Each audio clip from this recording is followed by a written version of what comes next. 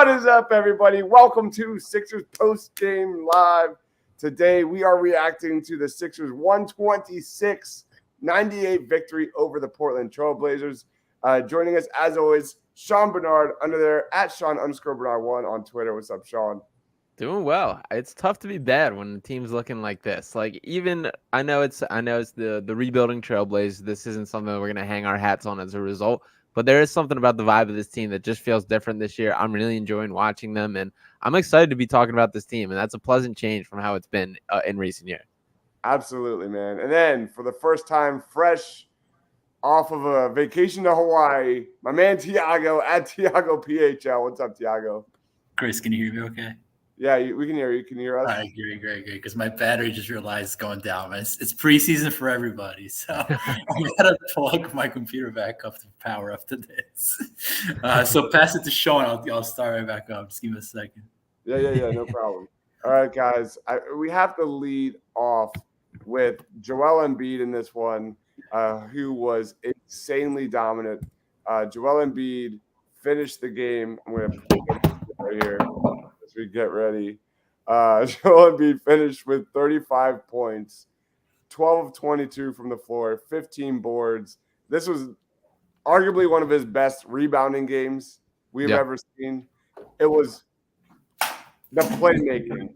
It was what we saw with him creating for others, the assists, finding players cutting to the basket. Man, I thought Joel Embiid was on a different level in many respects. I mean, that's not even talking about the defense. Sean, what was your take on Joel Embiid? Yeah, he was competitive. There was high effort. He looked in shape. He was competing for offensive rebounds. I was very happy with just the overall effort level and energy level that he brought, which is a thing that he has struggled with at times. And that's been a point that we have picked on as far as a critique for him. So it was nice to see him kind of leading by example, by leaving it all on the line. The offensive rebound specifically stood out to me. That's something that constantly I feel like we don't see him battling for offensive rebounds. And tonight he absolutely was. The ending with 5 offensive rebounds is really impressive for Joel Embiid. We don't see that often. That's something defensively you kind of touched. I thought he's been on another level to start this season defensively. Tonight he proved it with the 6 blocks is an absurd number there. And I was very impressed with his game start to finish. The chemistry between him and Maxey continues to grow, which is even more thrilling to me. So yeah, I thought this is Joel Embiid is setting the bar quite high for the standard for himself to start this year. It's wild, man. That one spin move dunk he had in the lane was big time. He looks comfortable. 3 games in, I know that first game we had 7 turnovers, especially some bad decisions with the basketball in that fourth quarter in game 1 against the Bucks. But like these last 2 games, man, have been unbelievable. Like you said, the 2-man game with him and Maxey, there's just the defense too. Man, like he was contesting every shot in the paint. He was everywhere, absolutely everywhere. Like he filled up the stat sheet from the first quarter. It was just a start to finish dominant performance from Joel Embiid. Tiago, can you hear us? I can hear you guys okay. Can you hear me now? Yeah. Well, we're talking about Joel Embiid. What was your take on Embiid? Yeah, I think, Chris, you and I were talking about this before the podcast started. I think one of the things that Nick Nurse has done, I don't know if Sean has mentioned this or not, he may have noticed that as well, is the fact that unlike Doc Rivers, he's actually enabled Embiid early in the shot clock, right? So I'm going to give you the ball early with like 20 seconds left, and you're going to make a move and you're going to attack. And if there's nothing there, like I'm going to give you an outlet. So I'm going to give you like a Maxey dribble handoff for you to play off of, or some other passing outlet. So Tobias Harris coming from the corner and just cutting through the baseline, something else for you to work with. So you're not just kind of like playing hot potato with 4 or 5 seconds left in the shot clock. I think Embiid has been intentional about attacking. If you look at his numbers, like his drive numbers through 2 games, and I'm sure today was probably the same, are like up, which is all that is him getting the ball with space with 18 seconds and just attacking his guy downhill. So I think that's been very positive for Embiid. He's gotten him engaged in the offense, right? I think one of the things that Nurse talked about was when they played the Sixers with Toronto, like if Embiid wasn't engaged early, he kind of just leveled off. Yeah. So Nurse has made a point to get him attacking early, And I think it just feeds off to the rest of the game. So, yeah, I think it's been very positive for the first 3 games, to answer your question. Yep. Let's roll on to Tyrese Maxey. 26 points, 14 shots. He did have 10 boards, man. He was fighting. Career high. Is that a career high? It is. Career high was previously 9 until tonight. Nice. 2 turnovers, 4 assists, 4 of 8 from 3-point range, man. Just still continues to look dominant on ball, man. Off ball, excellent. Just like a steroid-filled version of JJ at times. Yeah. It's awesome. Tiago, what's been your take of Tyrese Maxey through 3 games? I mean, there's a lot of takes. I would say 95.5% are positive. One of the things that I noticed today that really stood out was how he's incorporating more motion into his shot selection. So the stuff that we see where he's coming off screens and he's taking off balance shots, leaning left or leaning right from long distance, right? So not just near the rim. I'm talking like deep 3-point shots. It's something that we haven't seen with Tyrese at a very high level in his first few seasons here. So I think that's something he's incorporated into his game and has been very effective for the Sixers. His shot distance is up another 2 feet. So he was averaging 14 feet per shot last year. It's up to over 16 this year. And you can tell he's taking much deeper 3-point shots. So I think beyond all the stuff that we've seen from Tyrese so far, that was just something that stood out for me because, again, they wanted to attack Ayton, who was never going to step up to level the screen in that kind of play design. So, yeah, there's something that stood out for Tyrese. I think overall it was kind of an up and down game. I didn't particularly feel him as much as I did in the Toronto game, but I think overall very positive performance. Maxey, through 3 games this year, already has at least 3 3-pointers made in every game so far and 14 made 3-pointers, man. Wow. This guy's going to jack up a lot of shots, man. Sean, what was your take? Yeah, I thought you made a great point with the JJ on steroids comparison because that jumped out to me tonight specifically more than the first 2 games too. Is the little DHO or the I don't even want to call it that because it's almost like a little pop pass that Embiid gives it to him. Yeah. But the ability that for Maxey to hit that on going off movement is ridiculous. And when you really think about this from the full picture, like I think there's a real chance that Tyrese Maxey is going to be the most diverse offensive weapon that the Sixers have had to surround Joel Embiid ever. That he can do those things that were so dangerous with guys like JJ Redick and Seth Curry. And then you compare that to a guy who is arguably the fastest straight up player in the NBA when he gets downhill with his finishing package. And we're seeing his ability to just straight up go get a bucket in isolation. And he's flashing that as well. And to your point about stretching the floor and having the shots from distance, Tiago, that matters in the grand scheme of things as far as opening up the entire half court. And there was a moment tonight where he just kind of went to try and get into his shot, didn't have anything. The guy was in his grill, and he just like stepped back and just, all right, like this shot's taken. I'm just taking it from 3 feet back, and he drilled it. And it's like that ability to then force the defense out is super vital to open everything up. So it just feels like all the pieces are starting to click with him a little more. It wasn't a stellar playmaking performance from him tonight. The game against Toronto was far better with that example. But I'm still just seeing like his growth in his processing of the game and his just overall mature view. I've been super impressed with the start this season, and I really do think it's only just the start. Yep. Mitch said, go ahead, Tiago. I was going to say, he's growing into one of the most elite shooters in the NBA. Like, straight up. There is undeniable evidence to suggest he may turn out as a top 5 shooter in the NBA, which is a massive development by all accounts. The fact that the efficiency's keeping as we just keep pumping more volume or putting more shots on his plate and he's still being crazy efficient with it is ridiculous. And it gets lost to me. Like, this is the same guy who slipped in the draft because the concern was he wouldn't be a good enough shooter. This is the same guy that shot 29% from 3 in college. And here we are looking at him. It's unbelievable. Like, he truly does put the work in. It's very clearly showing in his game. But I had a very optimistic view of Tyrese Maxey coming out of the draft. And this is like so leaps and bounds ahead of what I ever even believed he could get to at this point that I'm just grateful he's a Sixer. And on top of all of this, he's got 19 assists to 3 turnovers in 3 games. Yeah. Crazy, man. Crazy. James Harden who? Well, James Harden, but there's part of it who's wants to see him get more looks off the ball because he's such a great spot up shooter. And there's nobody else in this goddamn team that can get him the ball. I mean, between Melton, Tobias, and PJ, it's slim pickings, man. I know Melton had 7 assists today. I have no idea how he got 7 assists. Half of the time watching Melton, I always see missed passing opportunities. So I think he would benefit as well from playing with another like really good passer like James Harden or somebody else, because he's such a great shooter, like in the corner, in the wing, but he doesn't get those looks often. I think that's fair, and I think long-term wise, like that's definitely the best idea is to surround him with a combo guard type of player where he can play on and off ball. But I think for right now, the best move for everyone is let him play through this, let him figure this out, let him get better at these opportunities on ball and see how things shape together. And as far as the James Harden situation as a whole, I don't know how the Sixers can fully handle this, but I see no real appeal to bringing him back to this team right now. Like, I just don't need the ball stopping, dribbling the air out of the ball. And it's like, I don't know how they do it from the league perspective, because there's definitely a magnifying glass on this already. But to me, like, I don't see Harden's value moving one way or another, whether he's on the floor or not.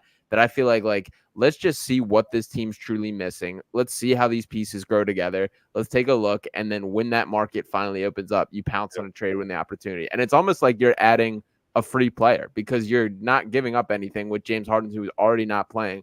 So I would love it if the Sixers take that outlook from here, especially after these first 3 games watching it, that let's see what a Maxey and Embiid duo can grow into and just let the trade market keep figuring itself out.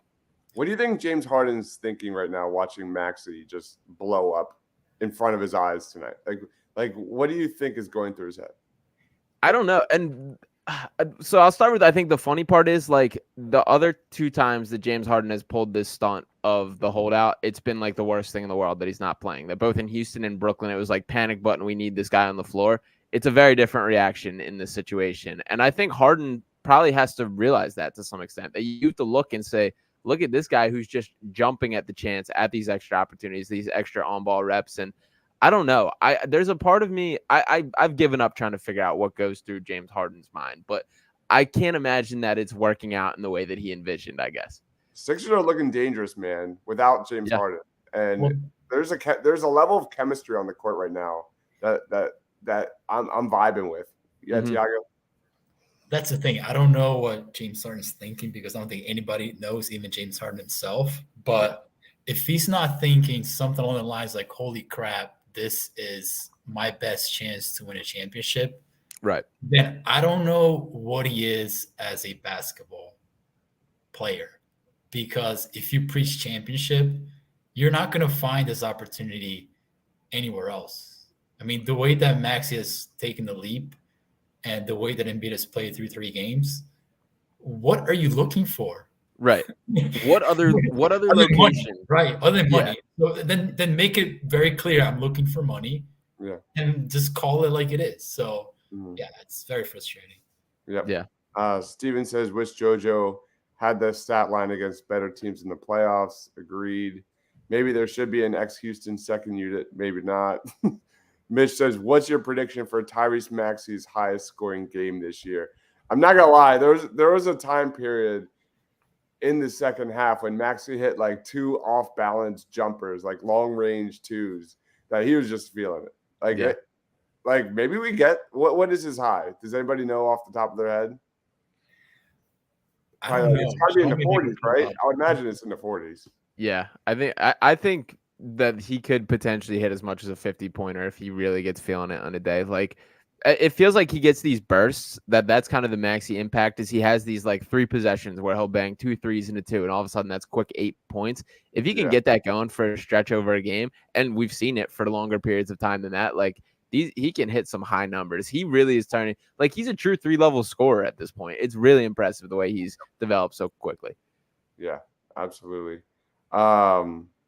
Mitch said 44, so it's definitely possible. Let's go into the Tiago special, and that is Tobias Harris.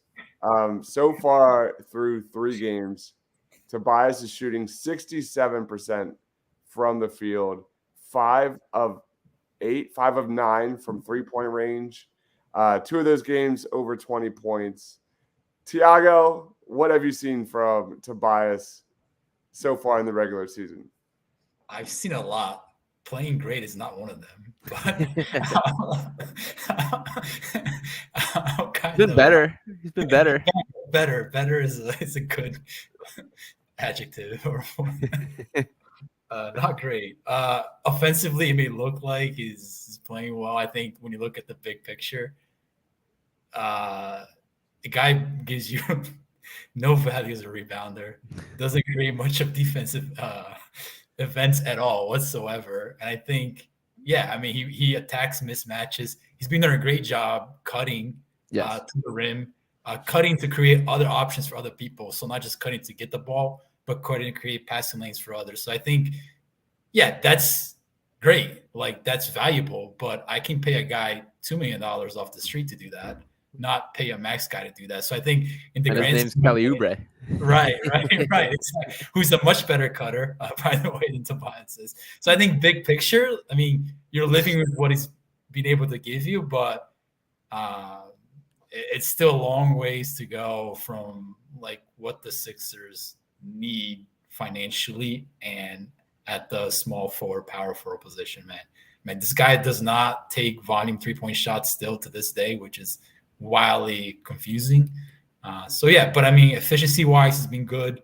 And I think overall he has been a net zero, which is about what Tobias is as a career player. So, yep. And hopefully we see like a consistent Tobias, none of that like streaky Tobias where he has like splits of months where he can't shoot a 3 and things like that. So Quinn says Toby buckets. Sixers fan says, I'm happy for Tobias. He's shutting up the haters so far. Steven says he's finally got a role. I thought he did play really good defense in the second half of the Raptors game. I thought he was active defensively. Springer should get more minutes. That's a loaded question for sure.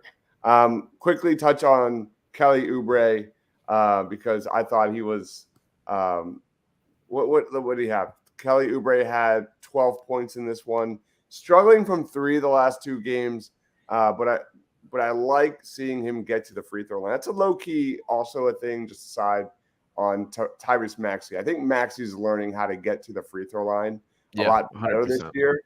That's a really big development that he's getting calls and he's getting more to the line. And look at the last 2 games. Kelly Oubre is struggling to hit his threes, but he's still finding ways to impact the offense by cutting, by getting to the line. Sean, what was your take on Kelly Oubre? Yeah, and for starters, I think Maxey's been initiating contact in a way that I haven't seen from him before, which is super exciting. But as far as Kelly Oubre as a whole, there's 2 things that have jumped out to me. I've seen Kelly Oubre play a decent bit before, so I've been pretty braced for the Kelly Oubre roller coaster that we're already in the front seats for. The 2 things that have impressed me the most early on, number one's the cutting. He's probably the best cutter that the Sixers roster have seen ever in the Joel Embiid era, that he does have like a feel for where to be. A couple times, the Raptors game I thought was a better example than tonight, but the way he cut baseline to create a shot for himself without the ball is incredibly valuable, especially when you have these high usage guys who need the ball in their hand, like Joel Embiid and like Tyrese Maxey. The cutting's been huge. And I think the defense has been far better than advertised too, that it feels like he's buying in defensively. His hands are everywhere. Like there were a ton of times tonight where he was getting deflections, he was nicking steals, he was making things happen. And if he can do all that, and I know like he's not going to be an efficient player. There's going to be the nights where we're frustrated for sure. I mean, he threw one over the backboard. That was crazy you got the Oubre experience a little bit tonight. For sure. It's like there's going to be those moments, but if you're willing to buy in defensively, if you're willing to work off ball as a cutter, I'm willing to fight through the bad moments of that there's enough there to me. I've been very excited about what I've seen from Kelly, and he's just a style of player that the Sixers have needed desperately for several years. Yep. What about Chris, you, Tiago? Can I just go back? Because people keep throwing the word great with Tobias on this chat. Next time you're watching the Sixers defensively, go back and look at this guy tracking players off screen. I mean, he's not even in the ballpark. Look at him trying to clean up the glass when Embiid rotates to rim protect and try to box out a player. at the rim. It doesn't happen. Look at him going after loose balls, playing passing lanes. That doesn't happen. So all these things matter. And that's one of the reasons why the Sixers in general are a negative defensive team to an average defensive team. You need guys in that position who are going to do those things defensively. So I just want to say that, just look at the big picture with Tobias, even though he scores some points every now and then. With respect to Oubre, I agree with everything Sean has said. One of the things that I like about his game is the fact that he attacks closeouts at a decent level. So that's something you don't get with PJ Tucker. The ball swings his way. He's either kicking the ball right back into traffic, or he's just hanging onto the ball, waiting for the next player to move. Oubre will attack, and he's functional enough to get to the rim and get something up at the rim, get contacts. He drew a couple fouls at the rim today. So I think that is valuable. That is a valuable skill that the Sixers haven't had much of from their small forwards, from their power forwards. So I think that's been positive. And he's been generally playing under control. He's not a great shooter, so I think we got a little bit carried away with his first game performance. So I think that's going to come down pretty quickly. But overall, it's been very positive. Yeah, extremely active defensively. And speaking of team defense, man, holy cow. The Sixers had 17 blocks and 10 steals in this game. That's different, man. That's different. Steven says, all I ask for is Harris to expose mismatches when they're there, rebound, make threes, and make free throws. How our expectations are so low. It's so true. That's my expectations is don't look like an idiot, which is not 100%. Sixers fan says, if Harden plays next game, should he run with the second unit? I think he would be better with the second unit than he would be with the starting unit. Hey, he's won Sixth Man of the Year before. That's all I'm saying. 15 years ago. If he comes off the bench, it's gonna be all out. James Harden's ego will not allow him to come off the bench. That's never happening. Let's just roll into our top players of the game. I keep it straight, every line is so intentional. This is your moment to let it go. You know that I'm into them way too cold. You can't manage this, can't break this, boy, I'm funded. Gotta keep my distance when you now 100, Cause the same ones say they love you, they funny, You can't match my energy, and yeah, you know it, Way too cold, yeah, man, I'm way too cold, Way too cold, yeah, man, I'm way too cold, Way too cold, yeah, man, I'm way too cold, Yes, I meant it, yeah, man, I'm way too cold,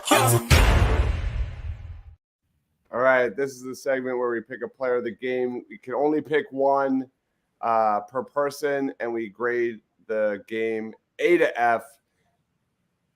I mean, I'm just going to roll with Joel Embiid. I always go last, but today I'm going first because I'm tired. It's like my 5th live show in like 48 hours. I'm tired. All right, Joel Embiid.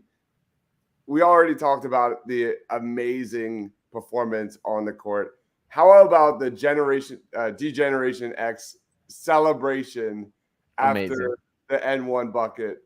That was hilarious. I could not stop laughing. As someone who grew up watching wrestling in the 90s, I was dead. Absolutely dead. Joel Embiid, player of the game. Sean, who's your player of the game? Yeah, and did you see Oubre's face during that as well? Yeah, so good.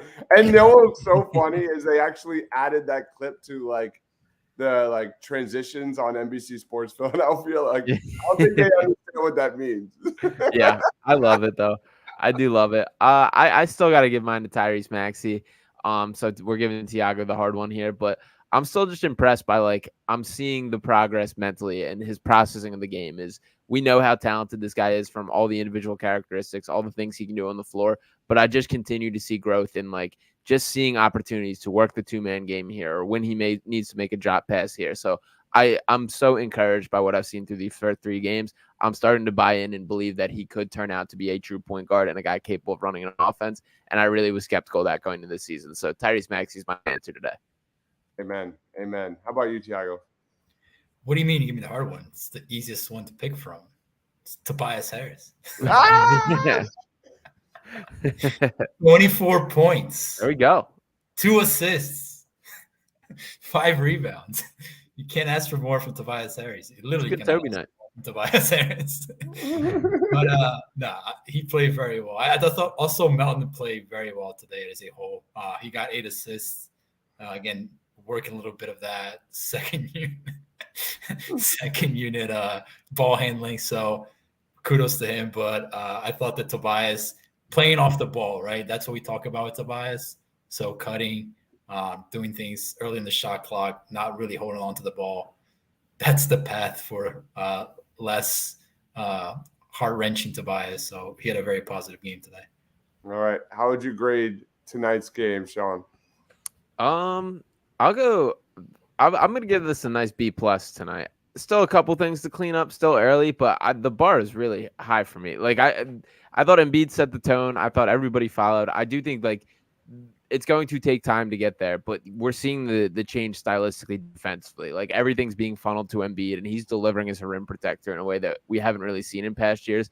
I really like what they're building. There is something with the vibe and the chemistry of this team. I'm even going to bump it up. I'm going to go A-. I talked myself into it. A-. I was going to say that. I was like, I'm a little more like A-, man. Like, yeah, the stuff I saw from Embiid, you know, like kind of toying with his passing, finding cutters. Like, I don't remember seeing that before. Like, he was in his bag, man. He had a great game. And then everything we saw with Maxey cooking, the explosiveness we already know, but like, just the upside to be a number 2, to be a closer. We didn't get any fourth quarter moments from those two tonight, but I'm loving what I'm seeing. This is fun basketball. I'm like really giving my expectations literally like 2-3 weeks ago. This is fun, man. I couldn't wait to watch tonight's game. I'm all in. Thiago, how would you grade tonight's game? I would give it a solid B+, A-. I'm actually looking forward to the rest of the week into next week because I was just looking at the schedule and you get the Suns at home on Sunday and then you get the Celtics the following Wednesday at home as well.